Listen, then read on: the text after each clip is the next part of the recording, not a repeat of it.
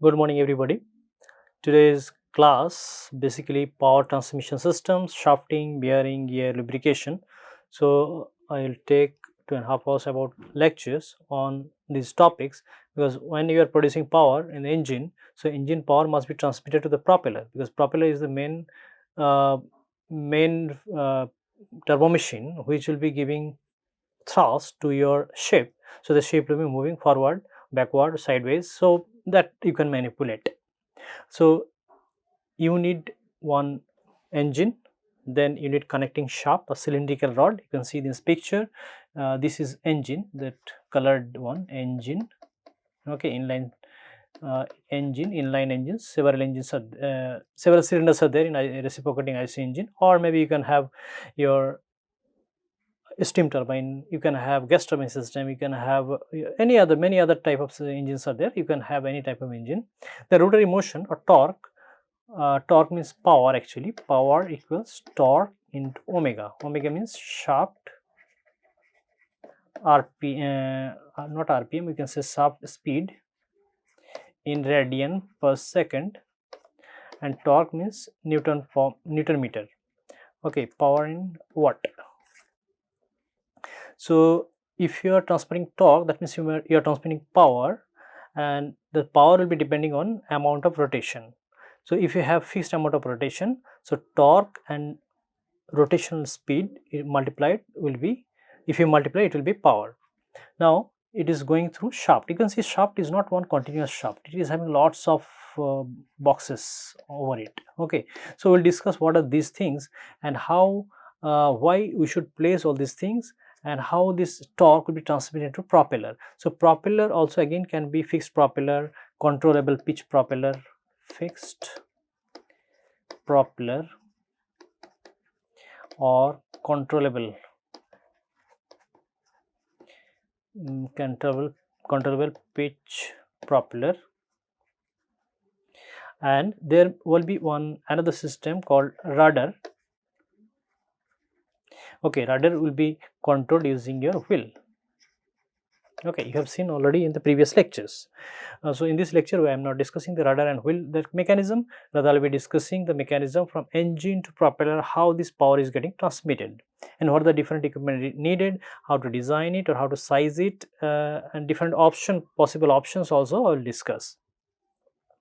So another option will be there for power transmission. You convert that mechanical power into electricity. That electricity further you transmit through wire, and again there will be one generator, motor. So motor will be running your propeller. Now power transmission system will have main components: shaft, bearing, gear, couplings, and propeller. Okay, and propeller transfer thrust to the ship. So if I draw one ship hull like this, okay, so propeller will be here and it is going to engine, and propeller, when it is transferring, when it is rotating, actually it is pumping fluid. Okay, it is pumping fluid or transferring fluid. So fluid is giving reaction force. If you can remember Newton's third law of reaction, so it is giving same reaction force to propeller. Propeller is connected to one shaft, so shaft is pushed. So shaft is getting pushed, that's why shaft is connected to your ship, and ship also getting pushed. So propeller is a one type of pump, propeller, because you can remember the lectures on pumps.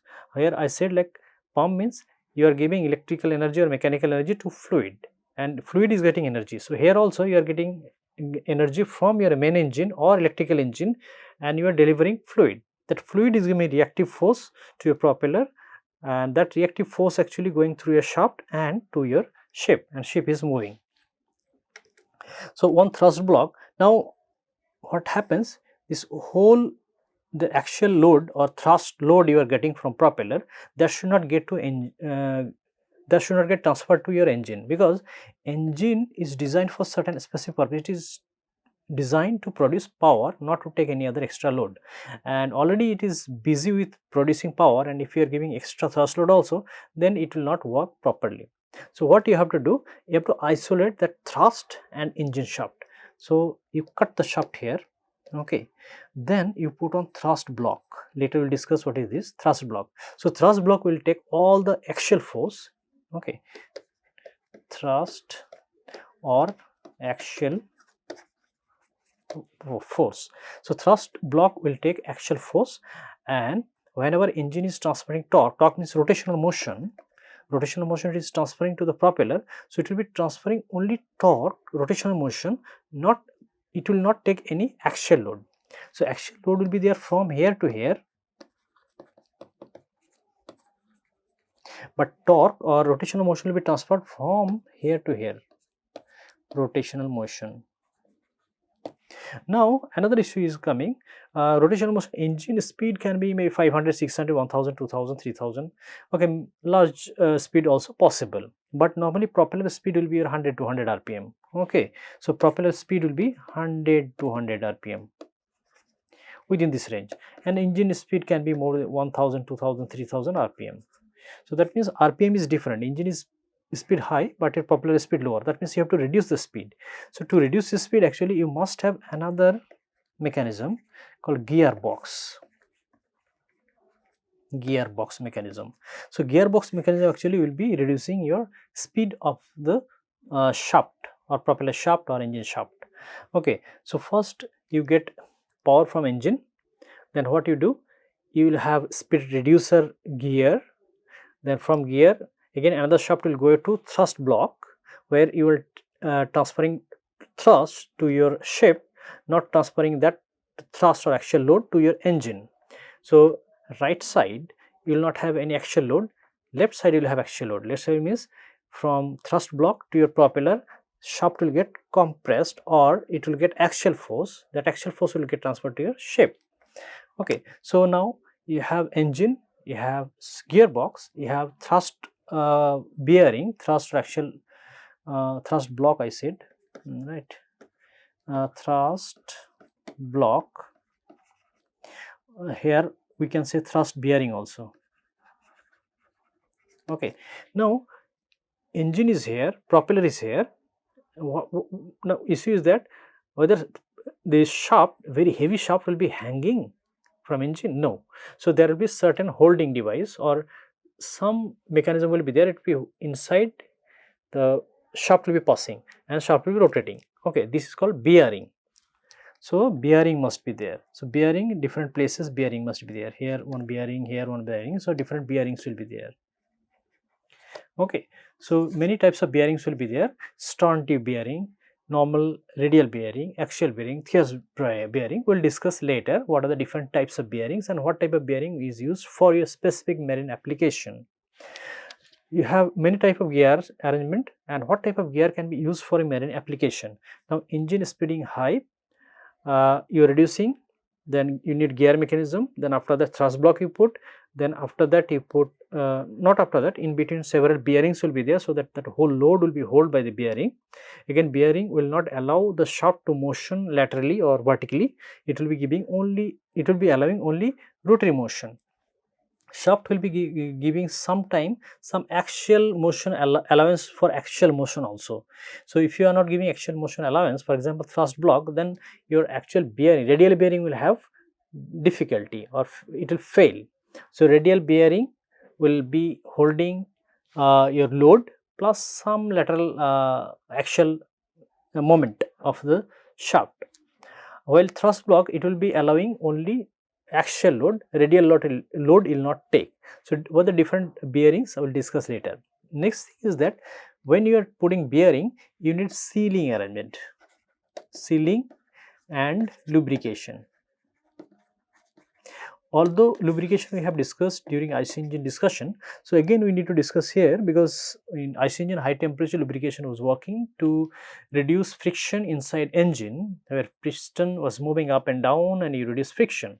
But here when shaft is moving inside bearing, so surface and bearing surface rubbing continuously, and if it is rubbing, then heat generation will be there and system can fail. Then what you do, you increase, you give some lubricating oil and make smooth surfaces, so that friction will be lower, system will be running smoothly.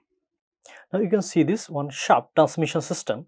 So here engine, here is your engine, actually this one your engine, main engine. Okay, so from engine you have one thrust shaft, this is thrust shaft. Okay, thrust. So thrust shaft is taking all the thrust load, and here one journal bearing system is there, independent main block.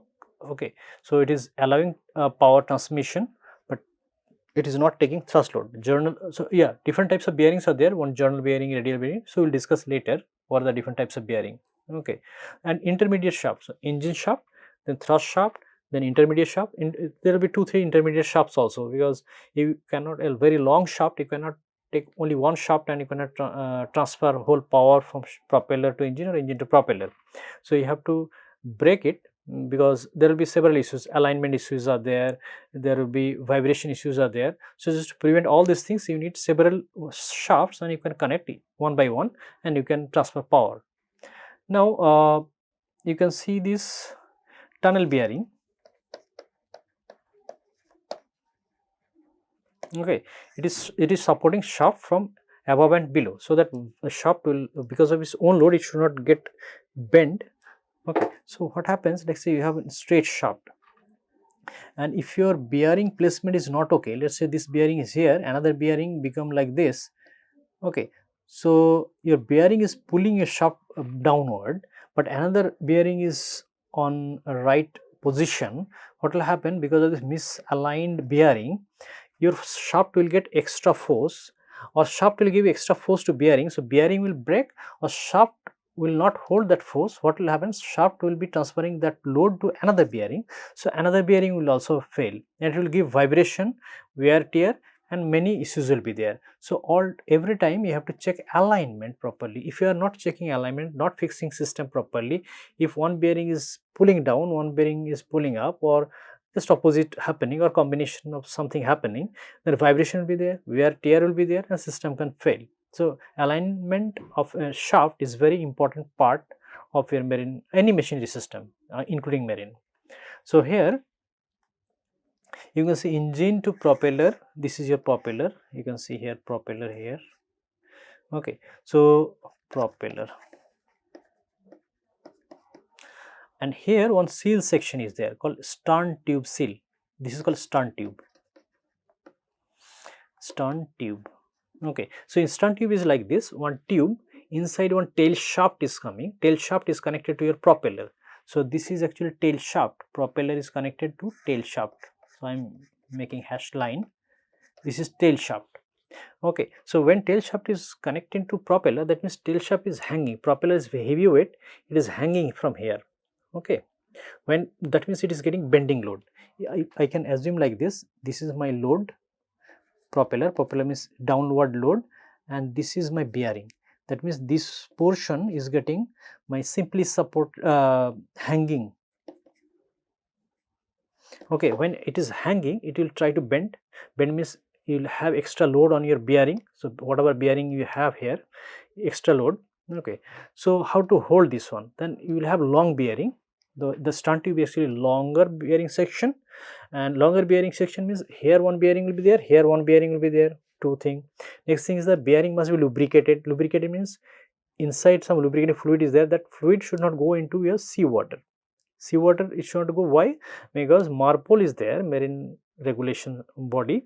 So they will say, hey, your lubricating oil going to ocean, this is harmful, so you cannot do that. So you have sealing must be proper, you must have bearing, then lubricating oil, whatever you are putting, is it biodegradable or non-biodegradable? If it is water-based lubricant or biodegradable lubricant, that's fine. If it is purely hydrocarbon or which is harmful to environment, then there will be issue. So that also you have to consider. For example, in sealing section, bearing selection section, you have to consider. So stern tube seal actually is a longer section, it will be bearing, you will have seal, you will have lubricating oil. Okay, then you will have propeller. So propeller is hanging, so it is creating some hanging system. Now when you are transferring power from an engine to shaft, you have thrust block, you have tunnel bearing, intermediate shaft, thrust shaft, you have gearing mechanism, you have stern tube, you have propeller. Now we will see one by one all these things, okay, in these few lectures. Now one example I have copied from this MAN alpha CP propeller.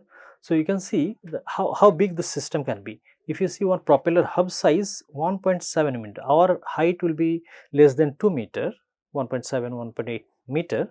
So, but propeller size, you can see propeller diameter 7 meter. Okay, so big propeller is possible. So 4 meter to 7 meter for they have designed. So there will be many types of propellers: small shape, big shape, large shape, small shape. So based on that, propeller size will be decided. Okay, so in this case, your propeller size, like they have 4 meter to 7 meter, and right side this picture shows the dimension. You can see propeller diameter. Diameter is this one. Okay, this is your d equals 4 to 7 meter actually, and q value is given. Q value is like 1 meter about, r value also given more than 1 meter. Okay, and this w is given 1.72 meter around. So from engine, this is engine, gearing mechanism, gearing. Okay, engine to gears basically reducing or manipulating speed. From there, the shaft transferring power to your propeller. Okay, so big the system. Now ship speed. So many types of ships are there, they will have different types of speed. So just I have copied several ship speed, just roughly remember, just to get idea what should be the average or about speed, approximate speed. For example, ro vessel 16 to 22 knots speed will be there, and extra slow will be like 15 to 18 knots will be there. So several vehicle will have several types of speeds. So large ship, low RPM and high torque. So P equals T omega, same power. If I have high RPM, so torque must be reduced, right? So just inverse relationship, or T 1 by omega, if P equals constant. Okay, so torque increasing, omega will be reducing. So this opposite relationship is there. Slow speed engine occupies significant space. High speed engine with gearbox, you are reducing speed. And another type of propeller is that called azipod propeller. Azipod propeller is like this. I have one ship. Okay, so propeller will be hanging here, and one motor. So your engine producing power, that then it is going to generator. So generator producing electricity, the electricity will be running your motor. So in that case, you do not need that long shaft. Okay, so many cases if you need multiple propellers, so then in that case you can use azipod, or small thruster also can be designed like motor and one propeller, small propeller, big propeller you can connect. And maximum engine operating RPM speed for slow engine 30 RPM, and maximum 1000 RPM can go. Propeller speed 180 to 120, so like 100 to 100 around RPM speed will be there for propeller, but engine speed you can see 300 to 1000 normally. So that means you have to use some speed reducer. But if you have electrical powered propeller, so in that case you have engine, generator produce electricity, connect electricity to motor will be running directly to a propeller. So I already told there will be one thrust block, because thrust block will be taking taking axial force from your propeller or propeller shaft or tail shaft, then it will be transmitting that force to your ship, so ship will be moving. Now thrust block transmit propeller thrust to the ship's hull. So thrust block is like this. I have one block like this. Okay, then my shaft is connected here, not like this, parallel shaft, and their axis will be same, and there will be axis also here. Okay, then you have block like this. Okay, this block will have thrust pad,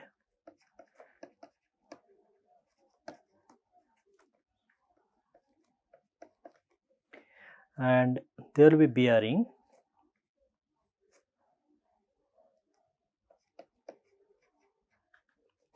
Okay, and this is a head thrust,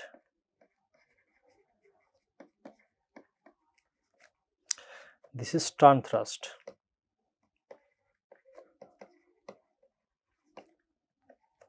Okay, so bottom side also you will have bearing like this. So axial as well radial motion should not be there. That's why. So whenever, now you can see this one, if shaft is rotating like this, and it will not have motion of axial. So that means these blocks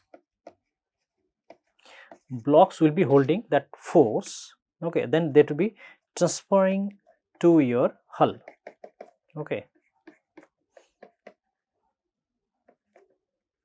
aft forward. Okay, and this is called casing blocks. Okay, now different bearing materials can be used for axial thrust bearing or radial bearing. So one type of bearing called lignum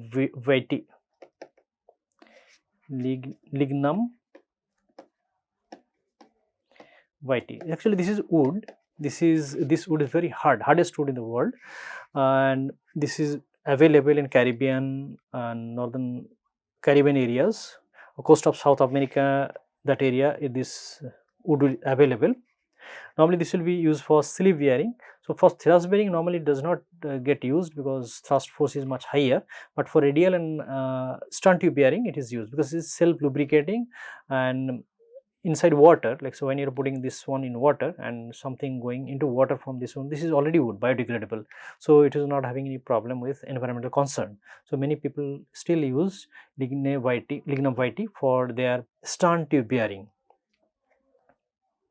So this is good for radial type bearing or sleeve bearing, but it may not be good for your thrust type of bearing, thrust type of load.